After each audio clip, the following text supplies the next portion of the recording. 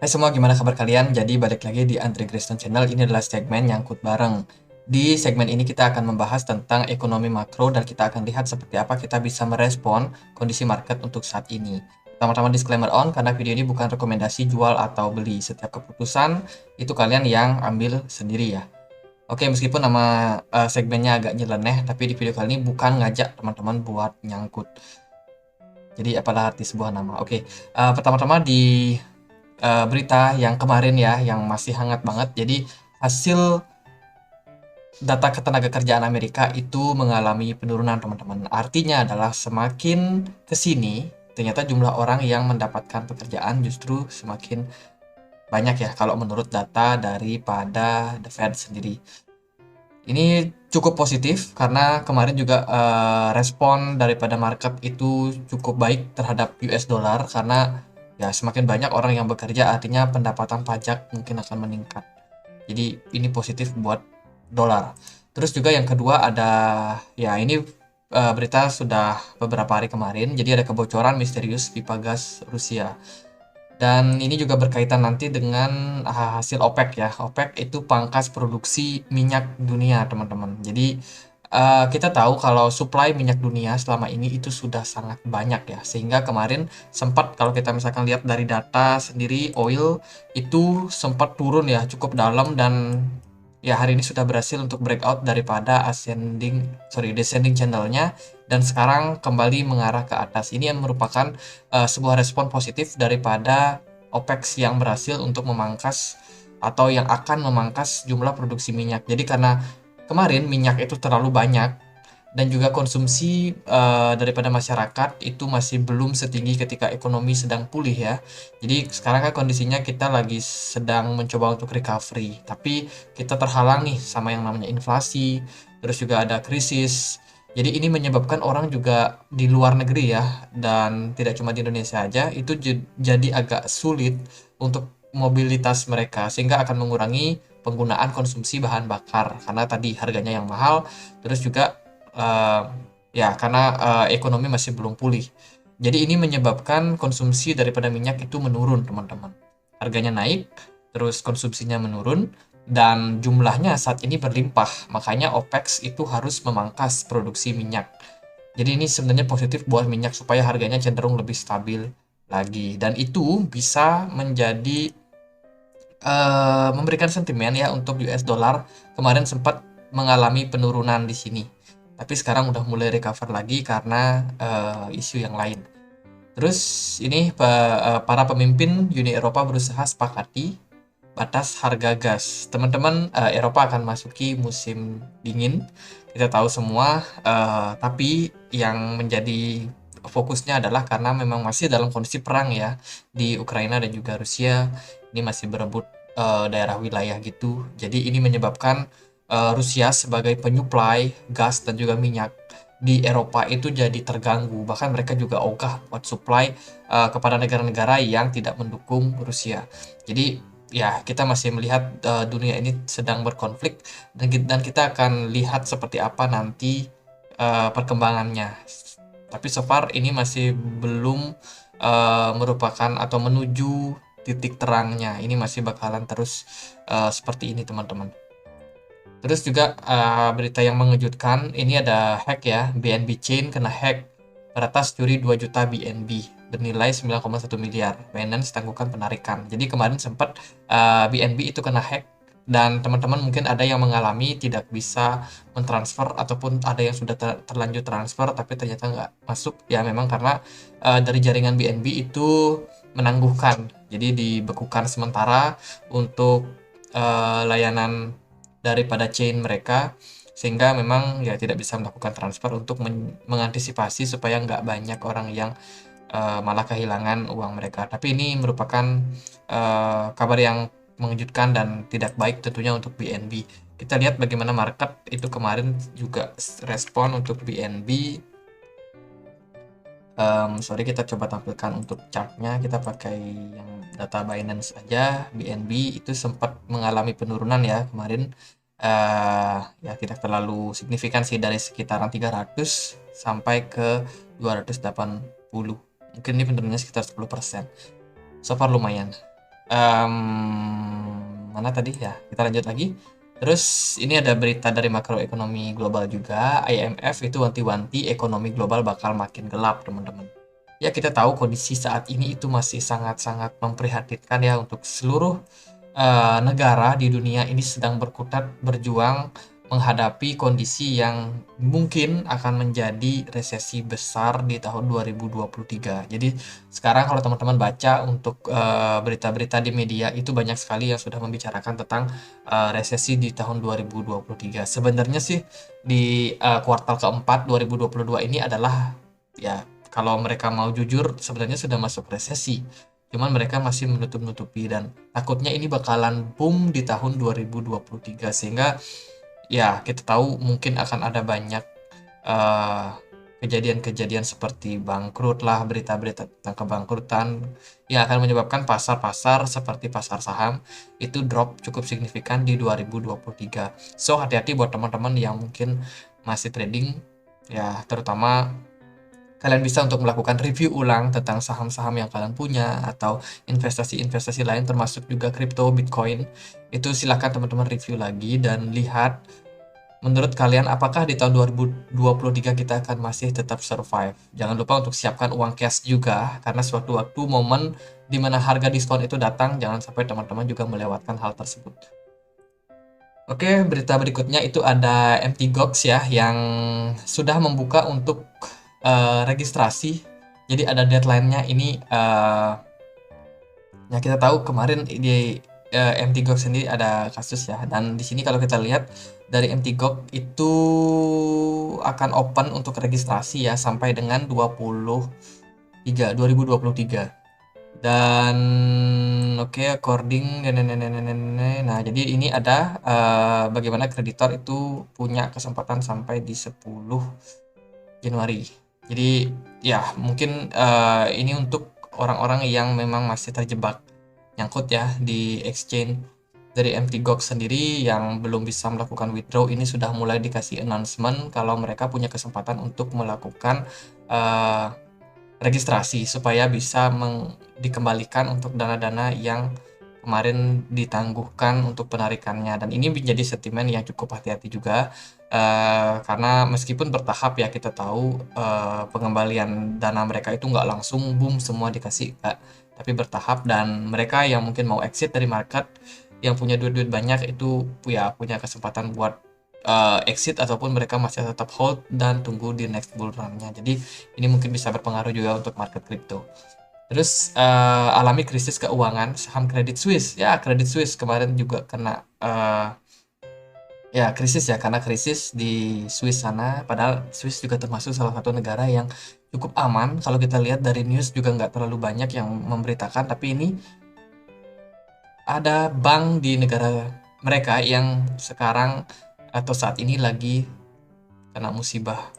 Dan menurut saya pribadi, bank itu adalah sebuah institusi yang sangat-sangat strategis dan tentunya nggak akan gampang buat bank itu bangkrut, teman-teman. Jadi sebisa mungkin pasti untuk negara mereka akan coba untuk mengcover bagaimana caranya supaya bank itu nggak sampai bangkrut. Karena sangat bahaya ya kalau bank itu bangkrut, artinya adalah kepercayaan para investor, masyarakat terhadap bank itu jadi menurun. Dan kalau mereka semua cash out, mereka semua tarik dana secara bersamaan, ini bisa menyebabkan satu negara kolaps. Jadi kalau sudah bank yang kena masalah, sepertinya sih pemerintah akan turun tangan untuk bailout ya, untuk membantu perbankan ini supaya bisa keluar dari krisisnya, entah memberikan pinjaman atau apa.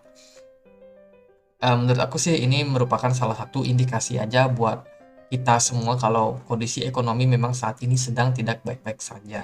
Kemudian dari dalam negeri sendiri ini dari menteri ya, dari Ibu Menteri Sri Mulyani itu sebut dunia bakal hadapi krisis langka. Wah, ini parah sih belakangan ini beritanya tentang krisis, resesi. Jadi orang-orang dan teman-teman kita yang ada di Telegram juga agak-agak wanti-wanti ya, takut ya dengan kondisi seperti ini. Mungkin teman-teman yang terlalu banyak baca news mungkin bisa untuk relax sebentar, carilah aktivitas lain, jangan terus baca berita karena berita memang belakangan ini bisa mengganggu psikologi kita.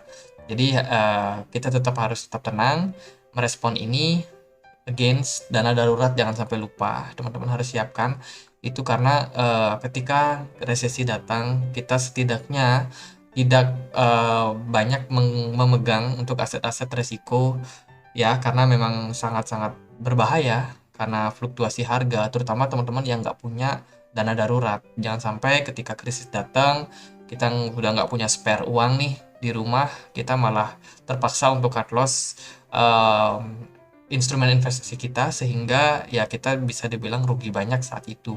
Dan logika sederhana ini juga bisa menjadi indikasi juga bagi seluruh investor di seluruh dunia ya. Mereka juga pasti akan memiliki logika yang mirip-mirip seperti itu, teman-teman. Jadi ya kalau kita melihat dengan kondisi saat ini, market kripto contohnya, market saham juga itu pada lesu ya, sideways cukup panjang, dan juga naiknya pun ya sekali kena pump, tapi naiknya ataupun turunnya itu bisa dibilang cepat banget ya. Jadi naiknya mungkin 2 minggu, 2 hari, terus turunnya berhari-hari. Jadi kondisi psikologi daripada market juga saat ini memang masih pada ketakutan terhadap potensi resesi ini, sehingga mereka juga untuk masuk ke instrumen-instrumen berbahaya yang risiko tinggi itu juga mereka pikir-pikir juga, teman-teman.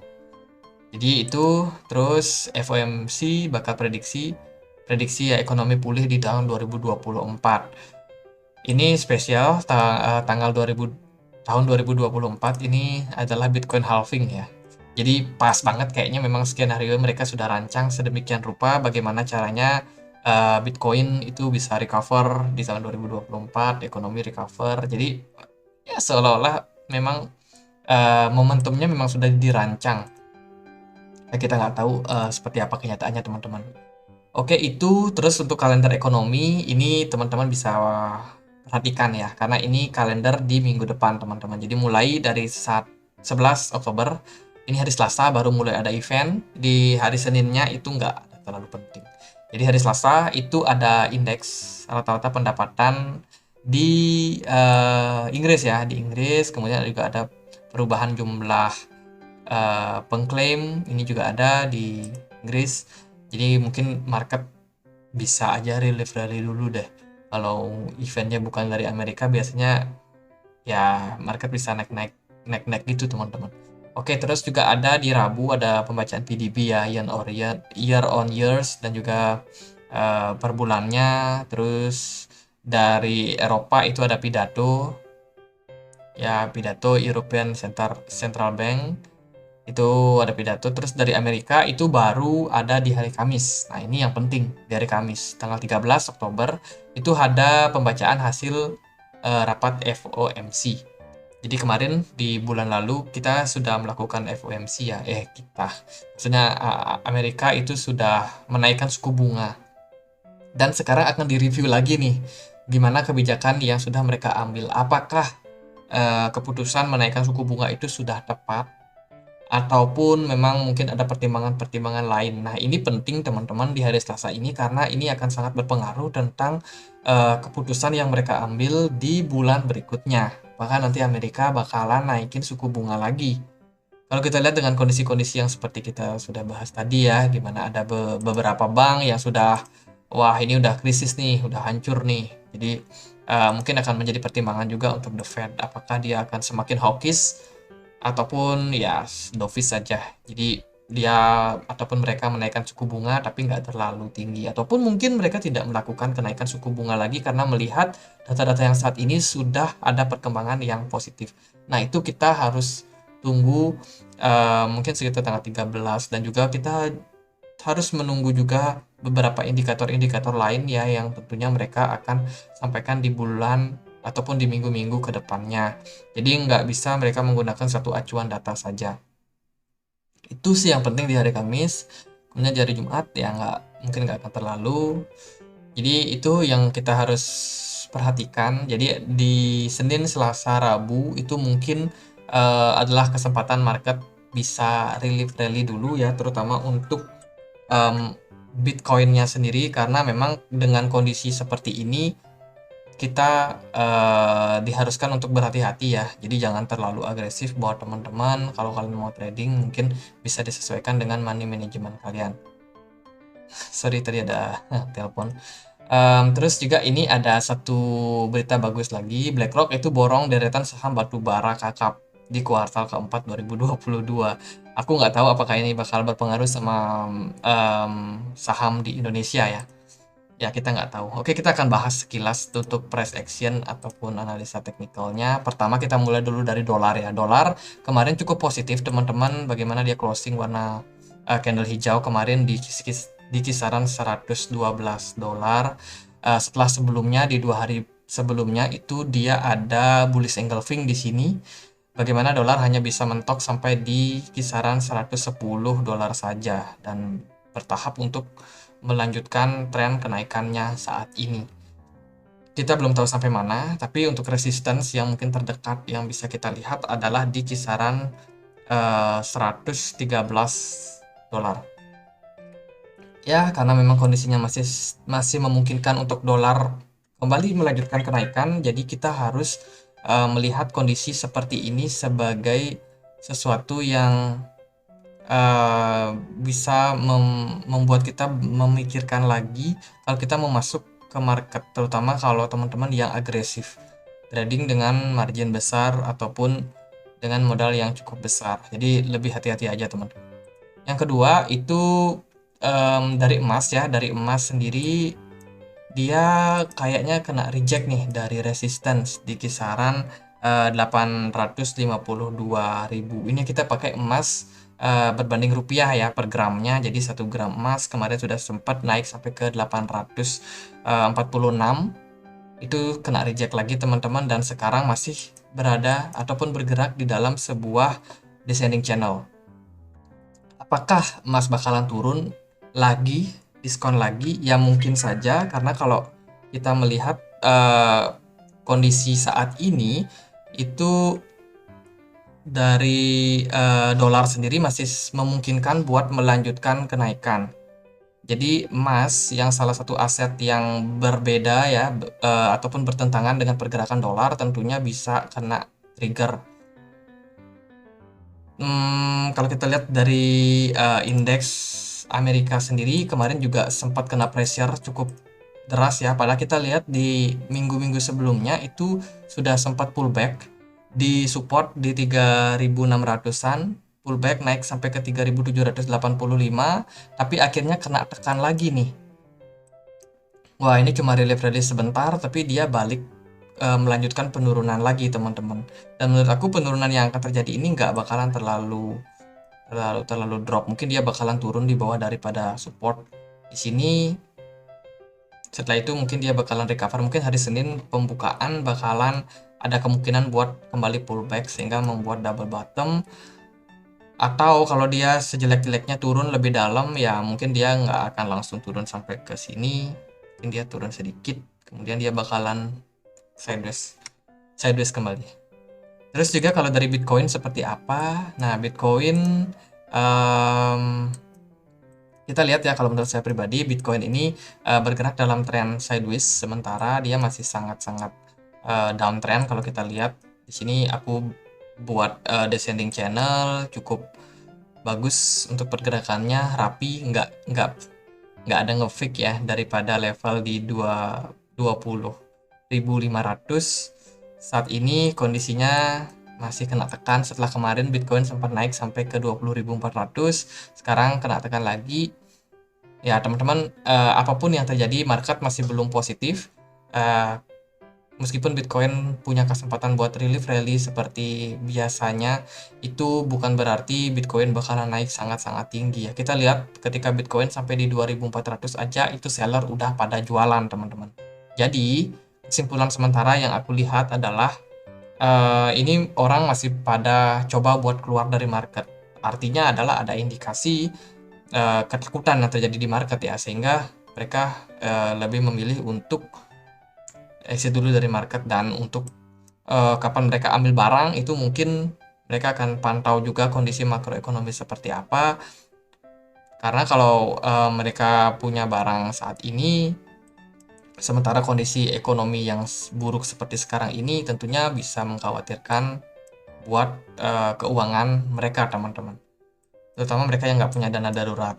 Again, kita bahas dana darurat lagi. Oke, itu untuk Bitcoin. Yang lain mungkin kita bisa lihat dari indikasi ini ya. Ini adalah chart daripada coal ya. Coal itu batu bara, teman-teman. Jadi batu bara kemarin sudah sempat drop. Kita lihat berita tadi yang terakhir adalah BlackRock itu borong deretan saham batu bara. Ada apa nih? Apakah batu bara bakalan kembali dalam tren bullishnya? Terus dari pertimbangan lain ada oil ya, yang kita sudah bahas tadi, dia sudah berhasil untuk breakout dari descending channelnya dan saat ini akan mencoba buat menstabilkan harga mungkin sampai di range 100 dolar per barelnya. Itu ya kita akan lihat seperti apa IHSG merespon ini. So far IHSG kalau kita lihat dari scope yang lebih besar, dia bergerak di dalam sebuah ascending channel cukup kuat. Tapi kalau kita zoom out dia ke time frame daily, ini kita bisa melihat potensi sebuah rising wedge pada IHSG dan memang sudah terkonfirmasi saat ini ya. IHSG turun dan menurut aku pribadi ada dua kemungkinan, entah itu dia bakalan turun langsung ataupun dia bakalan sideways di kisaran 7000 ini, teman-teman. Jadi ini prediksi aku bikin kayaknya seminggu lalu deh. Minggu lalu. Jadi menurut saya pribadi ya kita lihat ya di sini ada candle shooting star, ada dua shooting star yang mengindikasikan bahwa ini market belum siap untuk naik. Setelah itu dikonfirmasi dengan satu candle merah lagi. Artinya adalah ada potensi yang cukup kuat bahwa IHSG masih mungkin untuk turun sampai ke level 6.900 something. So, buat teman-teman yang mungkin mau masuk saham, hati-hati dulu, sabar dulu, lihat-lihat dulu, karena masih potensi buat IHSG buat turun. Siapa tahu teman-teman bisa dapat harga diskon yang lebih baik. Untuk saham apa yang menarik, ya mungkin tumpuan kita saat ini menurut saya pribadi itu adalah saham-saham di sektor energi. Lagi-lagi kita balik ke energi. Karena kemarin kita lihat maksudnya migas ya, minyak dan gas itu sudah mulai recover lagi, mulai naik lagi. Kalau kita lihat dari consumer misalkan mungkin juga bisa menjadi alternatif, dan banking. Biasanya banking bakalan tetap kuat meskipun dalam kondisi resesi seperti saat ini, karena banking sendiri itu merupakan defensive stock ya. Jadi itu. Terus kalau properti biasanya enggak sih, karena suku bunga kemarin udah naik, krisis juga, mungkin pertimbangannya adalah siapa yang bisa beli properti. Mungkin kita harus menunggu beberapa bulan ke depan ya, sampai ekonomi benar-benar lebih pulih, ekonomi sudah lebih stabil. Di sanalah baru agresif stock itu mulai untuk melakukan recovery-nya, termasuk juga infrastruktur untuk daripada IKN ya, isu dari IKN. Meskipun dengan kondisi yang seperti sekarang, sepertinya memang kebijakan pemerintah juga pasti akan sedikit mengerem untuk pengeluaran hal tersebut. Jadi sentimen ini juga bisa menjadi sebuah indikasi bahwa ya sudah waktunya kita berfokus untuk menghadapi krisis ekonomi saat ini. Pembangunan IKN mungkin akan sedikit direm untuk dari sisi pengeluarannya.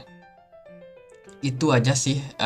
Satu lagi ya, untuk market obligasi kemarin seminggu lalu di segmen nyangkut barang ya, aku sudah sempat bilang juga ke teman-teman kalau aku sendiri lebih tertarik untuk melihat obligasi, karena kan kemarin sudah menaikkan suku bunga dan ini cukup positif. Kalau kita lihat dari bulan ini saja, kita pakai satu contoh, Sukor Index Bond Fund itu naik cukup baik dalam sebulan terakhir. Ini merespon kenaikan suku bunga. Suku bunga yang naik itu akan beriringan atau mungkin setelahnya itu akan dinaikkan juga untuk bond atau surat utang negara, karena memang surat utang negara biasanya di atas daripada suku bunga. Kalau suku bunganya dinaikkan, maka cepat atau lambat pasti bondnya juga bakalan naik, dan ini kelihatan juga dari ya yang lain ya. Dari ini tergantung sih, ini sebenarnya tergantung daripada obligasi apa yang mereka pegang. Kalau mereka pegang obligasi pemerintah itu biasanya akan positif. Tapi kalau terlalu banyak korporasi itu justru ya kesulitan ya untuk korporasi bayar utang kepada investor.